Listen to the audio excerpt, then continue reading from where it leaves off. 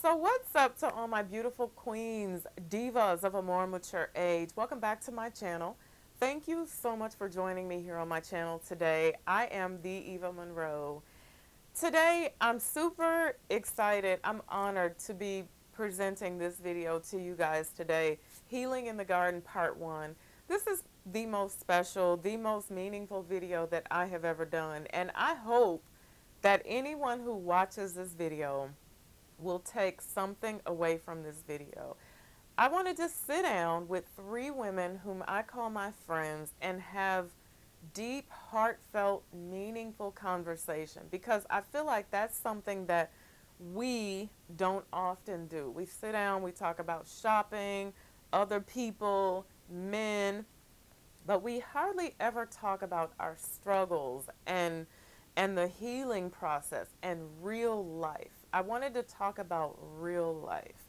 So I honestly feel like if you watch this video in its entirety, you will take many things away from this video.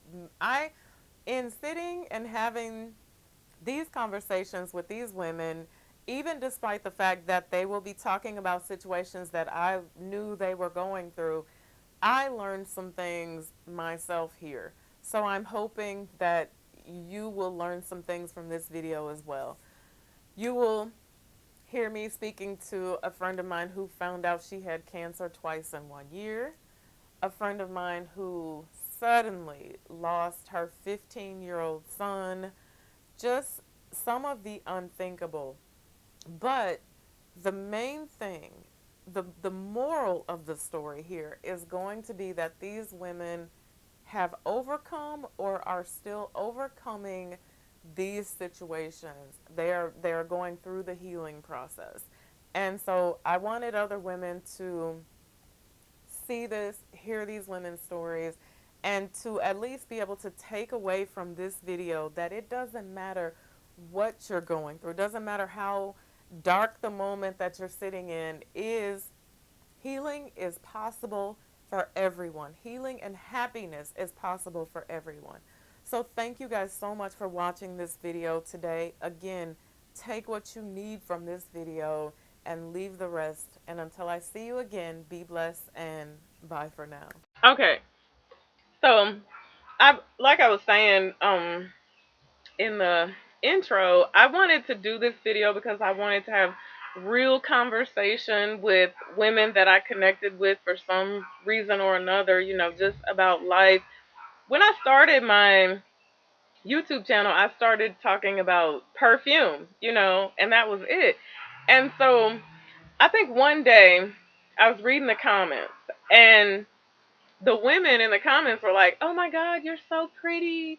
You're so blessed. You're so lucky." And I was like, "Oh, wait a minute. These women have to know, like, no, honey, I have a whole story." And I think when I had came to your son's service, because I've always said that, oh, you don't know my story. I've always told people that, like, if they said, "Oh, you're so pretty," or whatever, I'm like, "Yeah, but you don't know my story."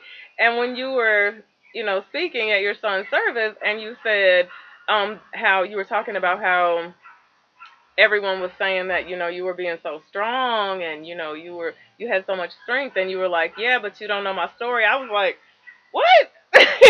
Like, instant, "Oh, okay, you have a story." So yeah, so I wanted to get us together so that we could talk. um the one thing that happened with that video that just blew my mind was, at first when I did it and I started talking about, look, this is where I come from, this is what I've been through. Like, I've been to hell, literally. And women were in the comments like, "Oh my God, you just told my story. Oh my God, you spoke about my life." And I was like, "What?" Because when I was younger, I would look at other women the same way those women were looking at me and think, "Oh my gosh, she's so blessed. Like, she hasn't been through what I've been through." And I was like, "No, I want to be a real person to everybody. We can talk about perfume and smelling good, but let's be real." So, and y'all know they don't think we are capable of having these type of conversations and discussions. Yeah. So, Lashonda, would you like to talk about your? Well, first, I'm Lashonda. Um,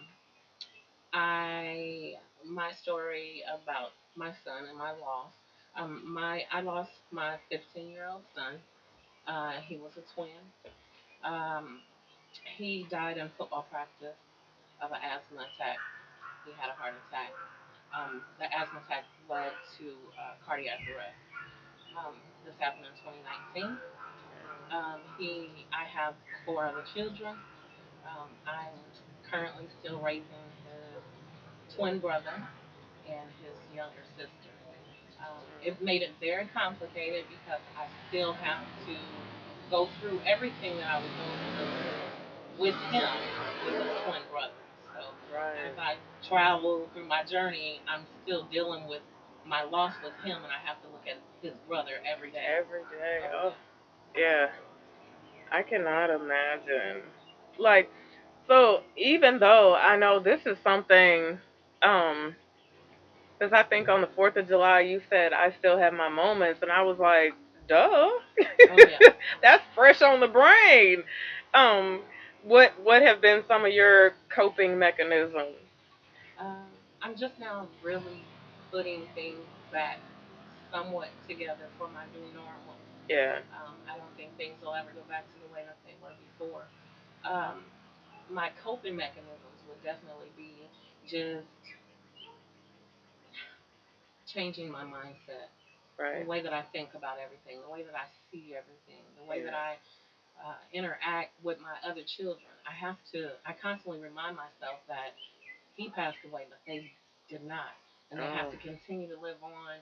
And I don't want to be, uh, I guess, a downer for them in the process. I want them to be happy and still Right. live, even Yeah. though we've all experienced this loss. Yeah. And how do the kids? Do they still like? I know sometimes kids don't have the understanding of death that we have, you know. Yeah. So how do they cope with it? Uh, I I believe they're doing a good job. The other twin told me maybe a couple of weeks ago. He said, "I'm finally processing death, Mom." And I said, "Well, what does that mean?" He said, "I'm accepting the fact that it happened." So I think that they're just. We went to a football game, and at Mm. the football game, one of the people at the concession stand said, "Oh, I just love you all. Y'all so happy." And I thought, you have no idea. Yeah. But we work really hard at being happy. We work Right. real hard. And because of it, I guess it shows and Yeah.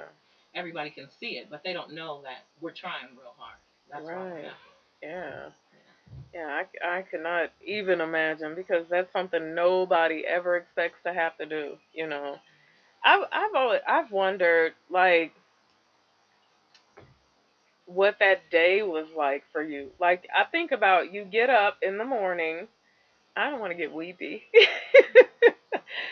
And you send your kids to school and you go to work and then, you know, oh my Absolutely. God, you get a phone call and Hmm. yeah. So for me, that day, I was at work, probably around 5 o'clock, and I got a phone call of the coach calling me to tell me that Caden was having an asthma attack. Um, so in that moment, I told him to put him on the phone because I wanted to know what he sounded like. I know what he sounds like. I know how he is. Mhm. He got on the phone and he said, "Mom, um, I'm struggling and I need you." He had his inhaler, but he wanted me to bring the nebulizer so that he can get more in Right. him, and he knew that Mhm. he needed that. And I said, "Well, how are you doing? Are you how do we need to call the ambulance? What's going on?" And he said, "Mom, I can't wait." And I told the coach to call the ambulance if that's what he needs to do. He's right there. He sees him. I'm on my way. Yeah. So I get in my car and I drive to the school. I was 30 minutes away, and it took Oh, 30 minutes for me to get there. I showed up the same time the ambulance showed up. really? It took me maybe 35, but I showed up the same time the ambulance. Um, I remember just seeing him and him being lifeless. I knew it when I saw him. we went to the hospital, and I mean, I'll never. It just burns in my mind the way the doctor came in the room and said, you know, Caden had a heart attack and he died. And Oh. it was just like that. It probably happened within an hour from the time that I got the phone call to the Yeah. to the end. So. Yeah. That's oof. That's so. Like I said, you just never think of anything like that happening. I remember when who called me? Lena called me and told me, and I was like, oh my god, like. You know how when you know something has happened, you want to call somebody, but you like, shit, what can I say right now in this moment, you know? Yeah. But, I mean, I think that I'll forever heal. I've come to that conclusion. You never heal. oh no. I think it's just something that you just constantly have to work at. And there's days where I want to just lay in bed and not get Yeah. out. And I felt like that multiple times. And I remember the first time, like maybe a week after he passed, and we were home and everything, the dust settled. I came out of the room and I said, well, I'm sad. I had tears in my eyes. And his twin brother looked at me. He said, what's wrong with you? I said, I'm sad. I just lost my kid. He said, well, I'm not. And but it woke me up, and it let me know that if I do this, then what is it going to do for them? Right. I had to pick myself up Yeah. and keep moving. Yeah. I think that's the hardest part of um that type of loss. It's when the dust settles, when everybody goes home, you know, all the people that said, "Do you need anything? Let me know." You know, they're gone now, everything's quiet, and then you finally get a chance to sit in the moment because you really don't get a chance. Excuse me, you really don't get a chance to be in the moment when stuff like that happens initially. Yeah. I asked the minister one time, I said, we know that we're all going to die. Why is death so heart wrenching? Because I lost my nephew recently. It's been a year. He was murdered. And I look at my sister, and then I lost a niece who was also murdered. And I'm like, it's so heart wrenching. How do you? I said, we know we're all going to die. So why is it feels unnatural? He said, because it's not natural. This is what this minister said. He said, because when Adam and Eve came, we were supposed to have life. Death is not natural. We're supposed to live forever Right. if you believe in the Bible. And then when they broke covenant with God, then that was one of the things that happened was death. And that's the only thing that made sense to me. That's why it feels unnatural. That's why it Yeah. feels so heart wrenching. And I watched my sister, and his my whole family. My nephew was like our our comedian. He made Yeah. everybody laugh, and you're like, it just how do you go through without the laughter? You know, the laughter died in our family, Right. and with so much going on in the world, in our country, with black people killing each other, it's so sad because it leaves people devastated. You Right. know, it's just devastating. But do you ever notice how when it seems natural, it Right, doesn't take us down so bad? Like if right, someone says, "Oh, my aunt died," and you're right, like, "Oh, I'm so sorry." Now, oh no, she was right, 99. right. You She know, she lived lived a she good lived a life. little good life. Yeah, Yeah, and it doesn't, yeah. but when, For 30, 35, yeah, your baby. You know, it yeah, doesn't feel. It's exactly. not. It doesn't feel natural. No, You know. yeah, I That's true, and I believe that that when you lose someone so close and so sudden, I think it numbs you. it does. I think it numbs you for every loss that you have after that. Girl, you know what? Absolutely. My grandma died. I was 9 or 10. And I couldn't cry at anybody's funeral Yeah. for Yeah. years after Yeah. that. But when oh my God, you talking about broke my heart. Yeah. Mm-hmm. Like I said to this day, like I felt like she loved me, Right. you know, Right. Unconditional and love. Yes. unconditionally. Yes. Yes. And when she left here, oh, broke me down. And I would be at people's funeral, everybody around me would just be like, oh, and Yeah. I would just be like, yeah, they've gone to a better place. Yeah. Right. You're right about that. Oh, Yeah. it numbs you. And it's this Mhm. falsehood about being strong. And I'm telling you, my entire life was I feel like I've been grieving my entire life for one reason or another. Grieving my childhood or grieving something my entire life. But then we're always told to be strong, and it's such a falsehood. And I felt like my entire life I had to be strong, no matter what happened. I had to be, you know, keep it moving. That was my saying: keep it moving. You don't Yeah. stop. You don't stop Right. and feel it until it came crashing. Right. And I couldn't stop crying. I think I cried for months. Yeah, you get to that moment, absolutely. When you get to that moment, that's that's when you know you hadn't spent enough time crying and you've been being too strong. And That's that's a one. falsehood. It is. You know what, the in the video that I was talking about with the guys, Mm-hmm. I said that they're all like strong, beautiful, independent, strong, strong. I'm like, do they understand or do they not understand that we For don't? way too bad. Yeah, that's a lot. That's a lot. There's a problem with that. We've always had to be entirely too strong. And we've had to be strong. Yeah.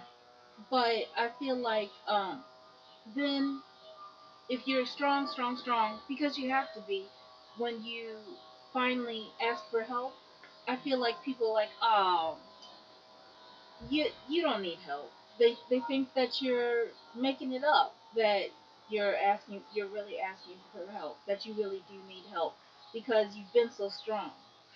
I think that sometimes it's you're right, and they think that you're so strong that you don't need to be Right. weak. Right. And I Right. think that Right. weakness shows strength. Yeah, and Yeah. it's not weakness, it's vulnerability. Absolutely, That's the word. That's the word. That's the Mhm. word because I've had to be vulnerable. I had to learn to be vulnerable. I had to, you know, just break down. I think COVID did it for me. That's when I really broke. Oh, I thought you were gonna say you're really. That's when I You really didn't. broke. Mm-mm. When I was going through cancer, I had cancer twice in 2017. I had colon cancer and I had thyroid cancer. And I called my family and I'm like, I got cancer. Everybody cried. Yeah. Everybody I called. Oh my God. I'm like, no, no, no. I found myself comforting them. I needed comfort. I didn't know how to ask for it. I needed to tell Mhm. people that I'm hurt. I didn't know how to say it. And I needed it bad. So my mother called me. Are you okay? Yeah, I'm good. I'm good. But I Yeah. wasn't good. And then when COVID hit, man, I was alone. Yeah. And it was quiet time. And everything I went through, all the grief of having colon cancer, going through 3 surgeries, going through radiation, losing my hair, all of that just hit. You had time to sit in it. Yeah. That's what COVID did. That to a lot of people, child. And I'm at work on a Still. conference call, working from home, crying. Yeah. Couldn't stop crying.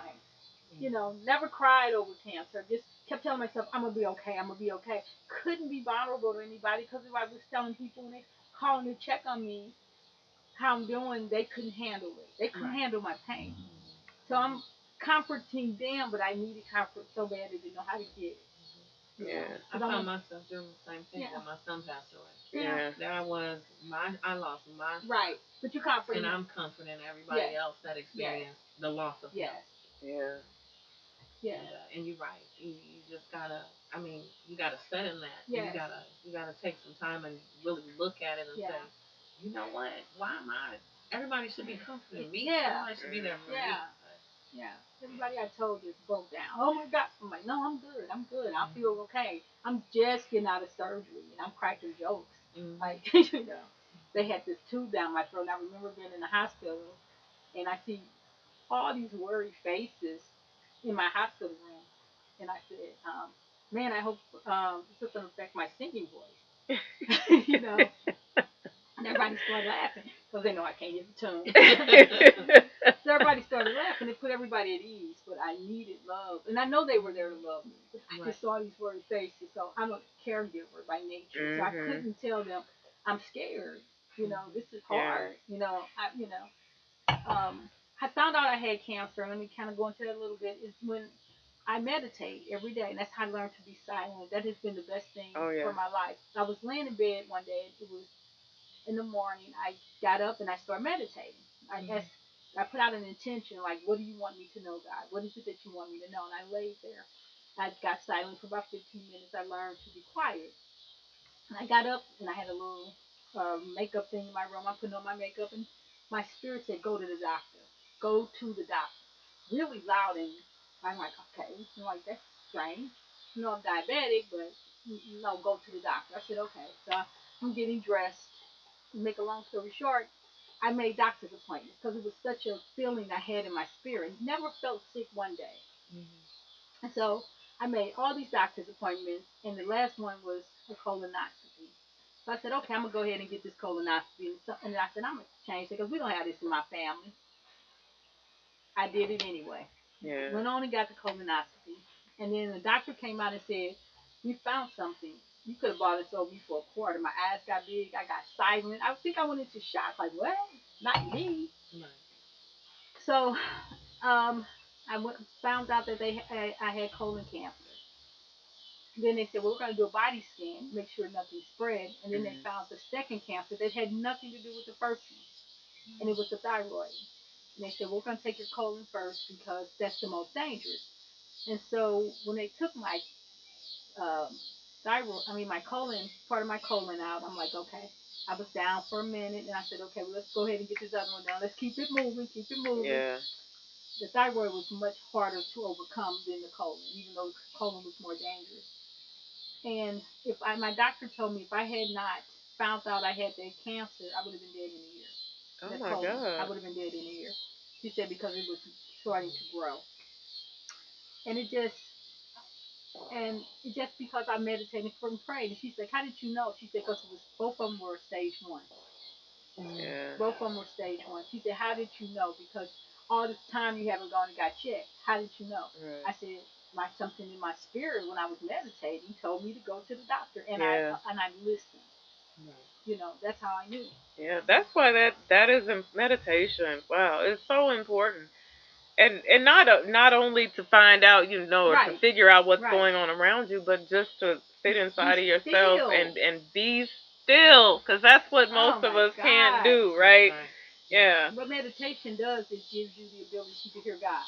Yeah. Because Absolutely. we're always talking. I'm busy. I got a lot going on. So I'm never listening until I spend that time. And that's when God talks back. Right. That's when he gets to talk to you in every way he talks to you. Sometimes it's through dreams, and sometimes it's through that still, quiet voice. That was a shout. Go to the doctor. Like, go now. Yeah. And I'm so glad I did because I wouldn't be sitting here. And so, what was the hardest part, aside from having to comfort everybody around you about healing? Um, just knowing, I just made up in my mind that I'm gonna be okay. Yeah. I made up in my mind that I'm gonna do whatever I need to do to be okay. I'm going to do the radiation. I'm gonna go. The hardest part wasn't for me. Is when I went to walk through the hospital and saw these kids doing chemo. Oh, yeah. That broke me down because I'm like, cancer has no friends. No. You don't love anybody. Yeah. And I saw these kids going through chemo, and they're sitting there taking it like a champ. I broke. That's broke me. Yeah. Watching the kids do it.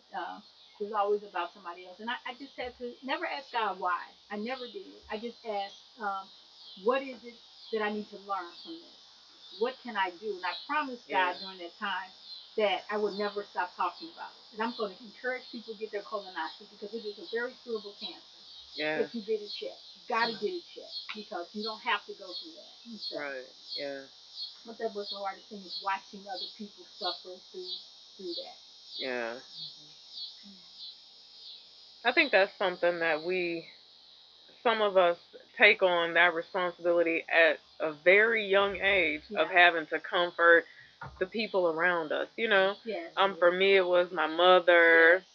having to take care of her because Yes. she, was wasted, and in the process of her being wasted, having to take care of my Yes. brothers Yes. and making sure, they got to school and Yes. could eat and all that type of stuff.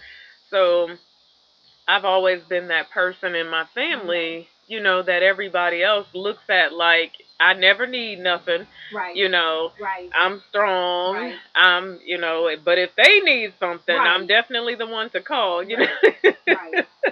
And yeah, that gets hard. You get Yeah. tired of that. You're like, who gonna hold me and cry? Right. You know, and let me cry. Right. You know, Right. yeah. I had my kids. I heard my kids having a conversation one day, and they were little. Like my daughter was probably like, she might have been 8. You know, and my daughter said, "Have you ever seen mom cry?" And my son said, "No, I don't think she cries." You know, some people call it the disease to please that women have. Right. The disease to please. And it's like with me, it was 6 of us, and I grew up in a very abusive.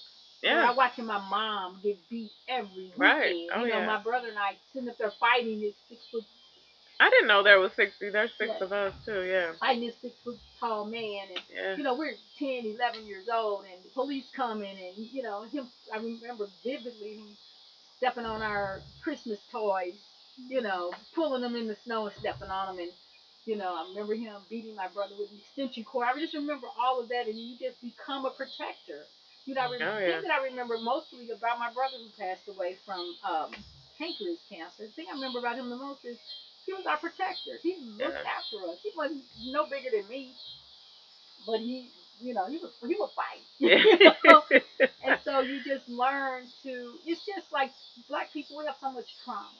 We do. We do. Yeah. Oprah just did something that called like not asking what happened to you. Not what's the matter with you, but Who what hurt happened to you? you. Who hurt you? Yeah, who hurt, Who hurt you? you? Yeah, Yeah. because we have Who so hurt much you? trauma. I mean, our lives. We're supposed to just keep it moving. Yeah. And then you find yourself in the brick wall. Yeah. Yeah. And that's why the healing process is so important. And we don't, as black people, we're better now. Right. But back in the day, you wasn't going to therapy. Go to You know, Jesus.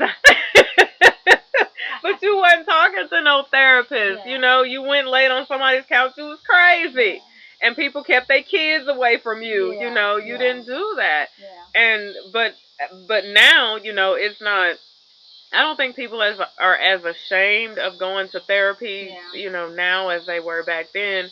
But it's so important. It's the only way that we're going to break the cycle. Yes. Because it's such a vicious cycle, yes, right? It is. And it just goes from generation to generation to generation if you don't break the cycle. I had a cousin that was at high school, taken off the street, held, raped, and tortured for a couple days, and the guy let her go. And she had to go testify against him. They got her. She never went to therapy, and they wondered why she was so why things were the way they were with her. Right. Because you needed help. I believe in therapy.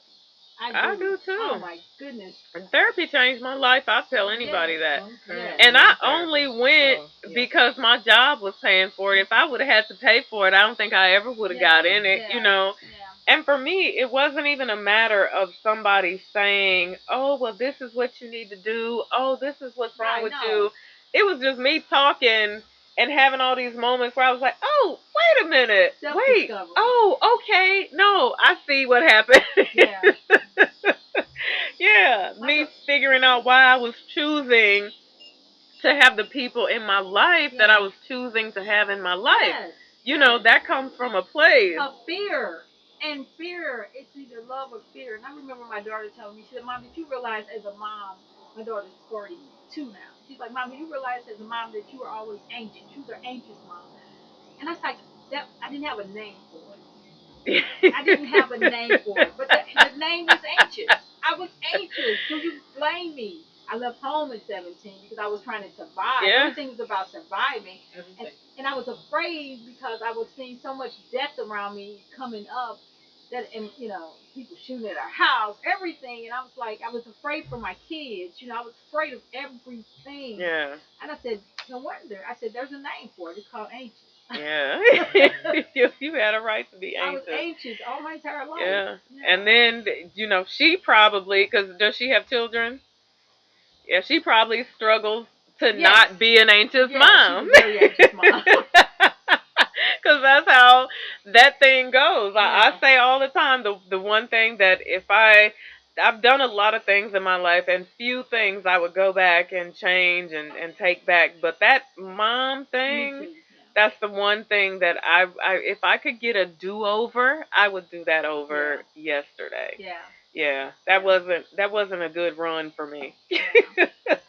at all. Yeah. I went to talk to a person that was a minister, and they laid hands on me, and she said, "Oh my God, you're so afraid." And I'm like, "I'm a lion. Right. What you mean I'm afraid? I'm afraid of nothing." And that was my ego, right? So then I went home and meditated and prayed. I was like, "Am I afraid? God, what am I afraid of?" My spirit, like everything. It ain't nothing you're afraid of, but it's called healing. We have all these um, it's all this trying to be strong, but that's all it is fear. Right. Yeah. Absolutely. It's Because you fear. got to be vulnerable. You do. You have to, and I think that's what one thing cancer has done for me.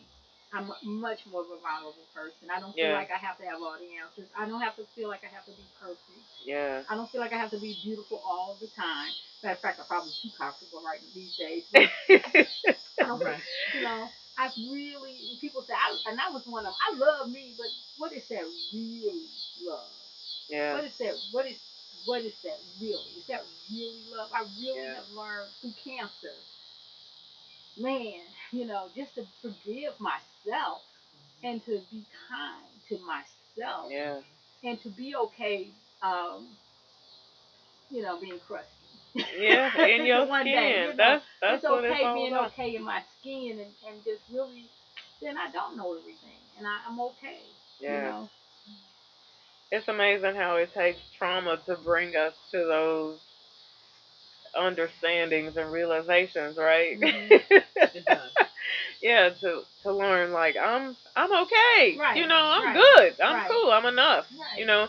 Because you spend your whole life like when you get to this point. I think 40 for me like Hmm. started really changing Hmm. things because you spend your whole life trying to be everything for everybody and trying to look a certain way Right, and feel a certain way, right, even though you feel like shit on the right, inside. You going through life like faking it till you make it, right, basically. right. And then when that day comes where you get to that point, you like, I don't give a shit, child. Right. I Yeah, I'm am who I am, perfectly imperfect. yeah, perfectly yes, imperfect. yes, yes. And that's when you really run. It's a shame that they say that wisdom is wasted on the youth. That's a shame because you have to get to this point before you can even get it. Like, Yeah, you do. I'm like, I am okay just the way Yeah, that I am. God made me perfectly imperfect. Yeah. God has made me perfectly okay. It's okay to be not okay. right. Right. You know. Yeah, Right. It It took is. me a long time to Yeah. figure yeah. that one out. Yeah. Long But time. yeah, you definitely have to be okay with your imperfections. I think I made a Facebook post. I said I'm messed up and I'm put together. I'm strong. I'm weak. Yeah, I'm all these things, and Yes. I'm the opposite of what all these things Yes. are too. Yes. And it was just a realization that I came to in that moment. Like I'm tired of faking it. Yes. Like yeah, you said, Yes. yeah. it is a fake it till you make it, Yes. It is. but you have to be okay and set in where you are right now. Yeah, you do. And you also, what I found was you also have to surround yourself with people Mhm. who are Mhm. real, who are as Mhm. real as you are, if not more real, Mhm. and who are okay with who you really are. Yes. You know, Yes. Yes. I had to like Yes. move people because there were some people in my life because they were in my life because other people maybe brought them into Right. my life, and I was like, okay, well, they're fun, and then I had to step back one day and I had to say, wait a minute, these Right. aren't the people that I can be real with. These Right. aren't the people that I can have a genuine conversation with, Right. and so I had to move those kind of people away from me when I got to a place to where I was like, okay, I'm cool with what's going on over here. Now I have to be around people that are also On cool that with, same. yeah, that are on that same level.